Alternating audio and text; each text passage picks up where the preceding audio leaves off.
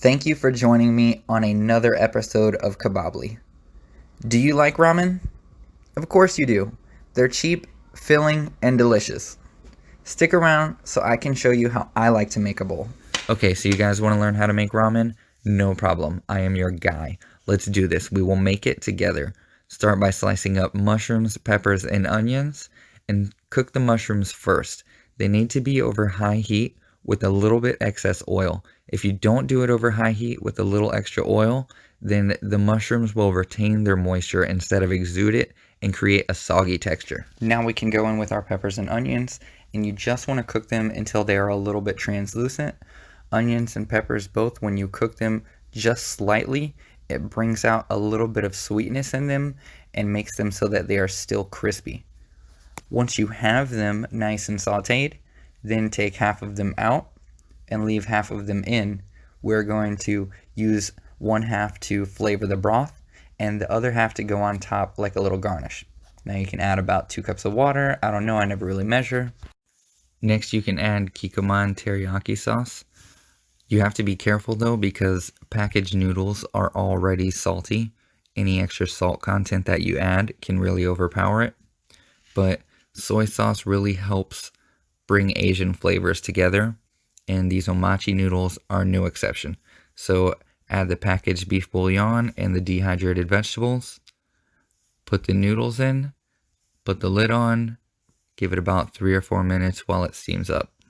I've got a ribeye steak. Well, half of a ribeye steak. The noodles are nice and filling, which means it doesn't take adding much extra to them to make these into a full meal.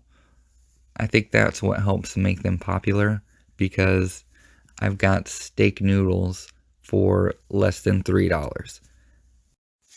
But before we start searing our steak, we need to make sure that our noodles are pretty much done. They need to be about 2 minutes away from being ready to serve before we start the steak. And before we start the steak, we want to toast our seaweed. I toast the seaweed like that on top of the stove because that's how my fiance says her Asian grandmother does it. So we're following traditions here. This pan is literally smoking hot. As soon as the meat touches the pan, it starts to produce smoke. It has to be that hot in order to achieve caramelization on the meat. That nice salty crust. You know what I'm talking about? Well, cook it all the way on its one side and then only flip it when you're ready to set up the ramen bowl, and you will know what I'm talking about. There's nothing to plating these up and making them look pretty. Just put the noodles in the bowl, put the peppers and onions on top and to the side, do the exact same with the mushrooms, and stack the steak up so that it looks nice and tall, and do not waste that fat.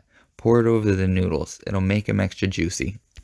Now just vertically insert a piece of seaweed for the 4th dimensional effect, and welcome to Vietnam. Thank you, and come again.